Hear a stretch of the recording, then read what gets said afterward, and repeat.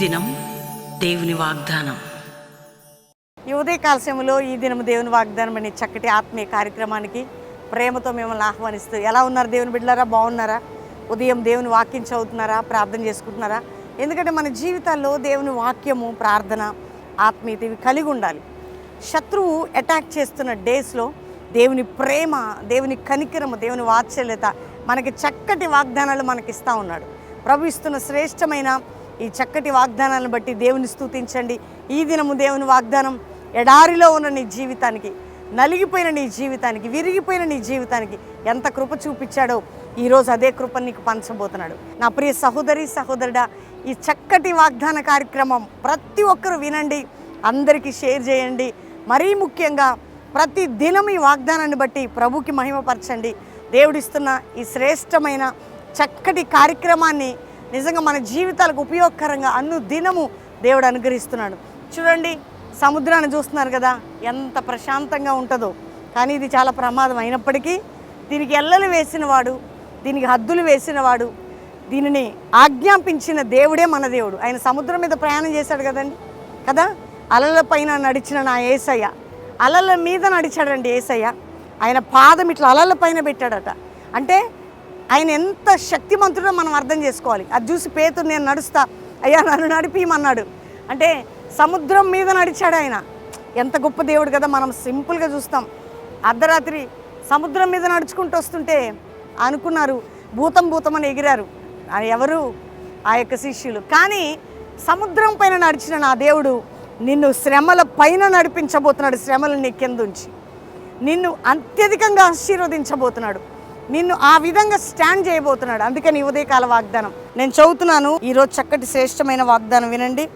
యెషయా గ్రంథం 43వ అధ్యాయం 20వ వచనం. నేను ఏర్పరచుకున్న ప్రజలు త్రాగుటకు అరణ్యములో నీళ్లు పుట్టించుచున్నాను, ఎడారిలో నదులు కలుగజేయుచున్నాను. అడవి జంతువులు, అడవి కుక్కలు, నిప్పుకోళ్ళు నన్ను గణపరచును.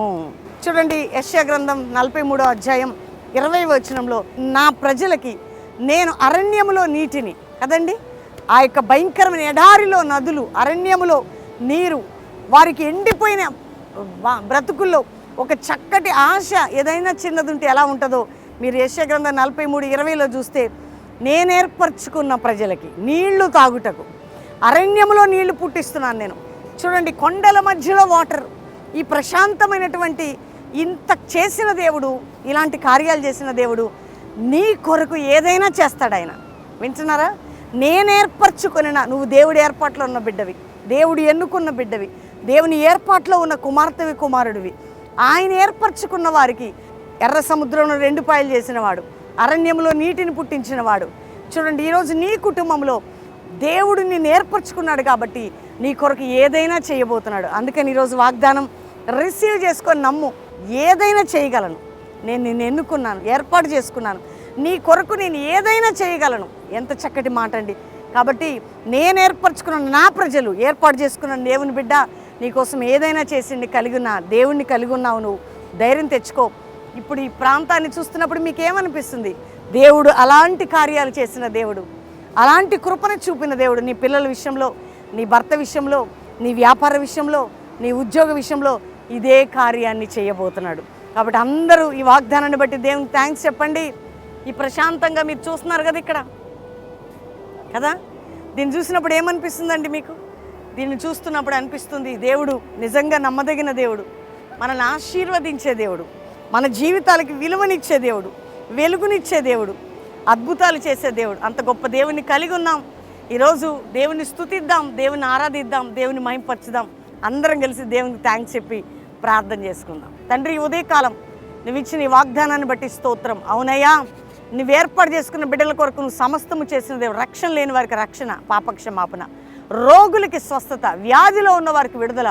నువ్వు ఏర్పాటు చేసుకున్న బిడ్డల కోసం జాబ్స్ డోర్స్ ఓపెన్ కావాలి, ఎగ్జామినేషన్స్ మంచి రిజల్ట్ ఉండాలి, అప్పుల భారం నుండి విడుదల కావాలి, కుటుంబాలు కట్టబడాలి, గర్భం లేని వారి గర్భాలు తెరవబడాలి. నాయన, భయంకరమైన బంధకాలు ఉన్న వారికి విడుదల కలగాలి. ఇదిగో ప్రభు, కోర్టు కేసు కొట్టివేయబడాలి, మరణకరమైన రోగాలు కొట్టివేయబడాలి. ఏ దేశ రాష్ట్రాలు ఉన్న బిడ్డలు దీవించబడుదురు గాక అని దీవిస్తున్నాం.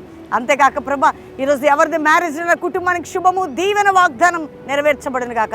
ఎవరిది బర్త్డేను దీవిస్తూ వారి పట్ల ఇది జరుగును గాక అని ప్రకటిస్తూ యేసు నామములో అడుగుచున్నాము తండ్రి. Amen, amen, amen. నేను నమ్ముతున్నాను దేవుని బిడ్డలారా, ఈ వాగ్దానాన్ని బట్టి దేవుని స్తుతించండి, దేవుని కృతజ్ఞతాస్తుతులు చెల్లించండి, చక్కగా దేవుని మహింపరచండి, అందరికీ షేర్ చేయండి, మంచి కామెంట్స్ పెట్టండి. ప్రతి ఉదయం 5 నుంచి 6 చక్కగా ఉదయకాల ఆరాధనలో పాల్గొనండి, ఈవినింగ్ 6 to 9 పాల్గొనండి. మంచిగా దేవుని ఆరాధించి ధైర్యంగా ఉండండి. దేవుడు మిమ్ములని, మీ కుటుంబాలని, మీ బిడ్డలని సమృద్ధిగా ఆశీర్వదించును గాక. God bless you. Praise the Lord.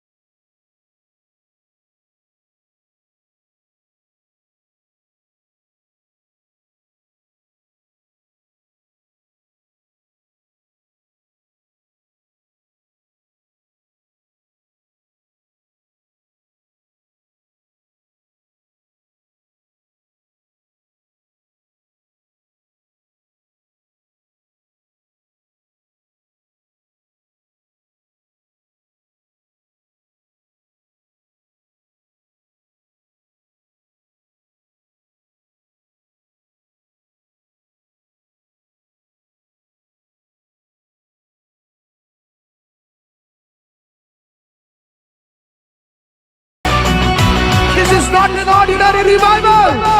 This is rising revival.